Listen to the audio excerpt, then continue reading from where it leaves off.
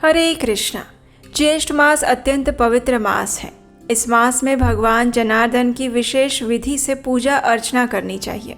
अधिक से अधिक भगवान के पवित्र नामों का उच्चारण करना चाहिए, मंत्र जाप करना चाहिए। सात्विक जीवन शैली अपनाते हुए भगवान श्री हरि का स्मरण, चिंतन और नाम जप करना चाहिए।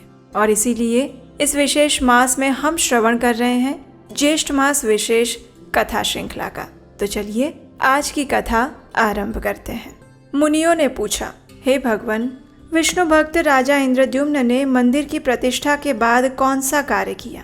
ऋषि जैमिनी ने कहा, साक्षात ब्रह्म स्वरूप जगन्नाथ जी से वरदान पाकर नर श्रेष्ठ राजा इंद्रद्युम्न ने अपने आप को कृतार्थ समझा।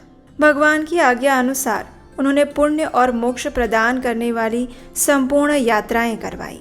अनेक प्रकार के उपचारों से जगत गुरु श्री हरि की नाना प्रकार से पूजा की और राजा गाल श्वेत को भगवान की आज्ञा भली भांति समझाकर धर्म और न्याय से युक्त ये वचन कहे। राजा इंद्रद्युम्न ने राजा गाल से कहा, हे राजन, तुम बहुश्रुत विद्वान हो, धर्म में तुम्हारी निष्ठा है, भगवान में भी मन, वाणी और क्रिया द्वारा तुम्हारी बड़ी भक्ति है।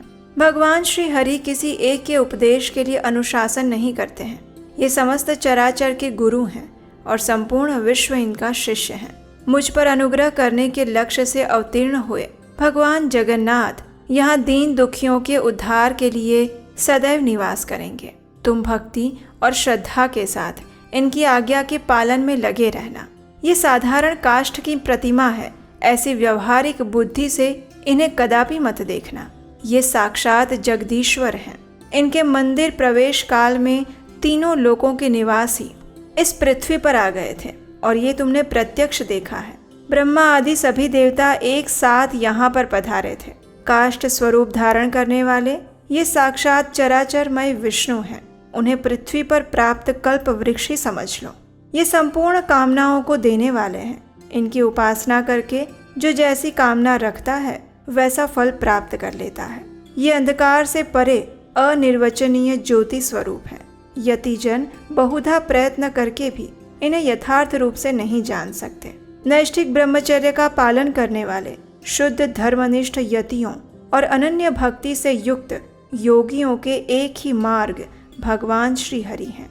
जैसे संतप्त मनुष्य ग्रीष्म ऋतु में शीतल और गहरे जलाशय में गोता लगाकर बड़े संतोष का अनुभव करता है, उसी प्रकार इन करुणा सागर भगवान पुरुषोत्तम के प्राप्त होने पर मनुष्य त्रिविध ताप जनित दुख को त्याग देता है। शरण में आए हुए दीन जनों का जैसा उपकार ये भगवान विष्णु करते हैं, वैसा माता पिता, मित्र, पत्नी और पुत्र कोई नहीं कर सकता। इसलिए भोग और मोक्ष दोनों फलों को देने वाले इन जगदीश्वर का तुम सेवन करो और पूर्ववासियों और प्रजाओं के द्वारा भगवान की विभिन्न यात्राओं को अच्छे से संपन्न करवाते रहना। हे नृप श्रेष्ठ, सभी राजाओं के लिए धर्म का मार्ग एक सा ही है। किसी पूर्व पुरुष ने उसे चलाया है और पीछे होने वाले लोग उसका पालन करते हैं। हे राजेंद्र, श्रेष्ठ उपचारों और समृद्धियों द्वारा तीनों समय भगवान नृसिंह का भजन पूजन करो। इससे तुम्हें परम शांति प्राप्त होगी। अपनी कृति की अपेक्षा दूसरे की कृति का संरक्षण करना श्रेष्ठ बताया गया है। जो दूसरे के दिए हुए दान की रक्षा करता है उसके लिए वो अपने दिए हुए दान से उत्तम है। ये सब कुछ सुनकर नृपश्रेष्ठ श्वेत ने राजा इंद्रद्युम्न के आदेश को गुण युक्त माला की भांति शिरोधार्य कर लिया। राजर्षि इंद्रद्युम्न भी भगवान पुरुषोत्तम को प्रसन्न करके नारद मुनि के साथ ब्रह्मलोक में चले गए। हे ब्राह्मणों, ये मैंने तुमसे पुरुषोत्तम क्षेत्र के उत्तम महात्म्य का वर्णन किया। वहाँ नित्य निवास करने वाले दारु ब्रह्म जगन्नाथ जी के महात्म्य को जो भी मनुष्य भक्ति भाव पूर्वक श्रवण करता है उसे अनेक अश्वमेघ यज्ञों का फल प्राप्त होता है। स्वामी कार्तिकेय जी के बताए हुए अर्धोदय योग की अपेक्षा इस विष्णु महात्म्य के कीर्तन का पुण्य ज्यादा है। जो प्रतिदिन प्रातः काल में इसका श्रवण करता है उसके लिए ये धन, यश, आयु, पुण्य और संतान की वृद्धि करने वाला है। स्वर्ग में प्रतिष्ठा रूप फल देता है और सभी पापों का नाश करता है। पुराण श्रवण के आरंभ में अपने वैभव के अनुसार तैयारी करनी चाहिए।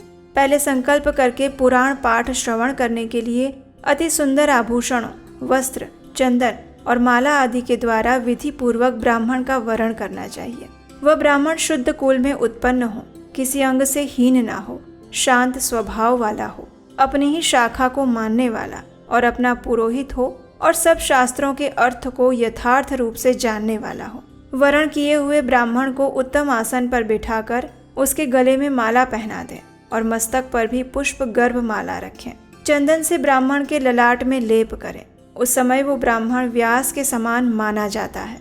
उसी ब्राह्मण के द्वारा विष्णु स्वरूप पुस्तक पर श्रीखंड, अगरू आदि पुष्पों और नाना प्रकार के रुचिर उपचारों से व्यास पूजन करवाएं। कथा सुनने के लिए आने जाने वाले लोगों के बैठने के विभिन्न यथा योग्य आसन बनवा कर रखें। स्वयं उत्तम आसन पर बैठकर उत्कंठित चित्त से कथा सुने अथवा झाड़ बुहार कर शुद्ध किए हुए स्थान में सबके साथ बैठें। व्यास के आगे ऊंचे आसन पर ना बैठें। स्नान करके 2 शुद्ध वस्त्र धारण करें। आचमन करके शरीर में यथास्थान तिलक करें और प्रसन्नता पूर्वक मन से भगवान विष्णु का ध्यान करते हुए कथा में विश्वास करें। पुराण, ब्राह्मण, देवता, मंत्र, कर्म, तीर्थ, बड़े बूढ़ों के वचन में विश्वास रखना फलदायक होता है। सभी पुण्य विश्वास का कारण है।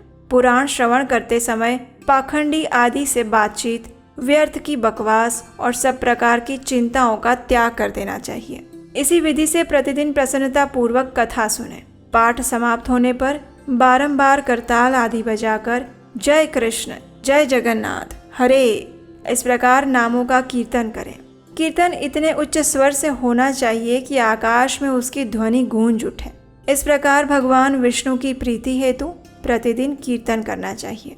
उसके बाद ग्रंथ समाप्त होने पर भगवान विष्णु की प्रसन्नता के लिए बड़ी भक्ति के साथ वस्त्र, माला, चंदन और आभूषण आदि की विशेष व्यवस्था करके व्यास के समान माननीय आचार्य को विभूषित करें और अपनी शक्ति के अनुसार विधि पूर्वक दक्षिणा दें। दक्षिणा ऐसी देनी चाहिए जिससे आचार्य को संतोष हो जाए। शांति कर्म, पौष्टिक कर्म, व्रत बंध, विवाह आदि कर्म, मोक्ष साधक कर्म, पुराण श्रवण, यज्ञ आदि का अनुष्ठान, दान और अनेक प्रकार के व्रत, ये अगर दक्षिणाहीन हो तो वो निष्फल हो जाते हैं और इसलिए कथा सुनने के बाद दक्षिणा अवश्य देनी चाहिए। तत्पश्चात यथाशक्ति तैयार कराए हुए अन्न से ब्राह्मणों को भोजन कराएं। इस प्रकार तुम लोगों से पुराण श्रवण की ये सांगोपांग विधि बताई गई है।